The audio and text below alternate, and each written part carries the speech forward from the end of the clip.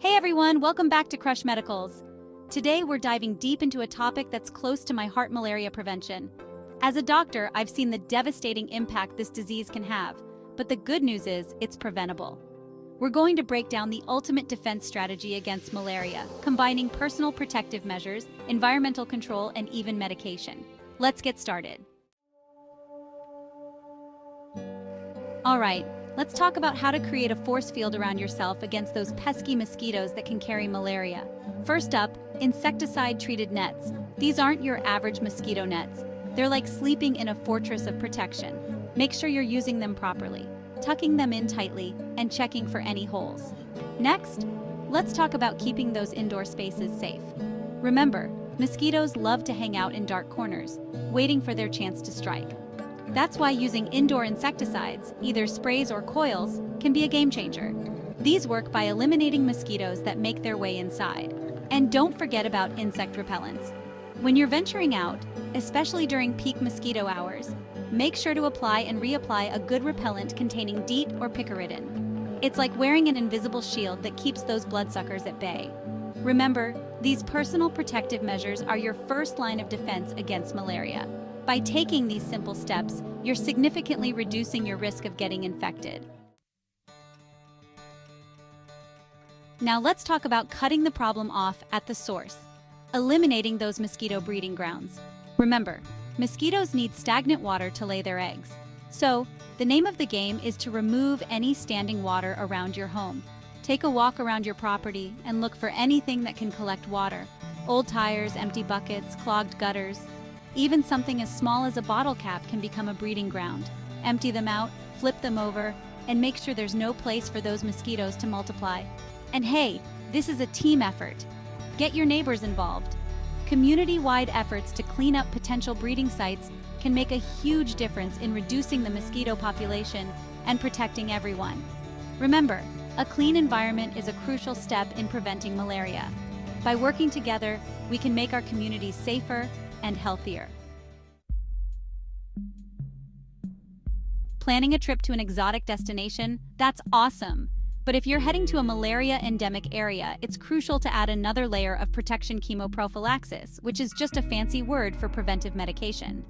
Talk to your doctor about which anti-malarial medication is right for you, as there are different options depending on your destination and medical history. These medications work by killing the malaria parasites in your blood, preventing them from multiplying and making you sick. It's super important to start taking your medication before you travel, as directed by your doctor. This gives it time to build up in your system and provide optimal protection. And don't forget to keep taking it for the prescribed duration after you return. This ensures that any lingering parasites are eliminated. Remember, chemoprophylaxis is a vital part of staying healthy when traveling to areas where malaria is present. Talk to your doctor about your travel plans and get the right prescription for you. This is where things get really exciting. We're now entering a new era of malaria prevention with the introduction of the RTS, S/A01 vaccine, also known as Mosquirix. This vaccine is a game changer, especially for children in areas with high malaria transmission. The RTS S/A01 vaccine works by targeting the most common and deadly malaria parasite, Plasmodium falciparum. It helps the body's immune system recognize and attack the parasite, preventing it from causing severe illness. While the vaccine is a significant breakthrough, it's important to remember that it doesn't offer 100% protection. It's still crucial to combine vaccination with other preventive measures, like those we've already discussed. The development of this vaccine is a testament to the power of scientific research and innovation.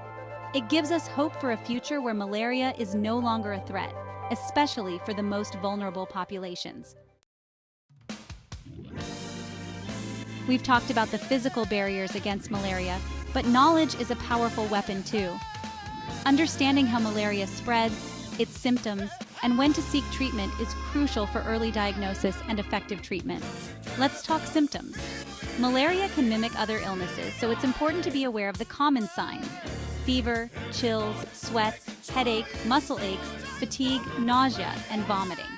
If you experience any of these symptoms, especially after traveling to a malaria endemic area, see a doctor immediately. Community education plays a vital role in raising awareness about malaria. When people are informed, they're empowered to take preventive measures and seek timely treatment, which can be life-saving. Remember, knowing the enemy is half the battle. By spreading awareness and educating ourselves and our communities, we can make a difference in the fight against malaria. Think of this as our early warning system. Monitoring and surveillance programs are crucial for tracking malaria cases, identifying outbreaks, and implementing control measures quickly and effectively. These programs involve collecting data on malaria prevalence, mosquito populations, and insecticide resistance. This information helps health authorities to allocate resources where they're needed most and tailor interventions to specific areas. Regular screening for malaria, especially in high-risk populations, is also essential for early detection and treatment. This is particularly important for pregnant women and young children, who are more vulnerable to severe complications from malaria. By staying vigilant and proactive, we can stay one step ahead of malaria. These monitoring and surveillance efforts are essential for controlling the spread of the disease and saving lives. Here's the key takeaway: no single method is foolproof. The most effective way to prevent malaria is by combining all the strategies we've discussed. Think of it as creating a multi-layered shield of protection. Start with personal protective measures like using insecticide-treated nets and repellents.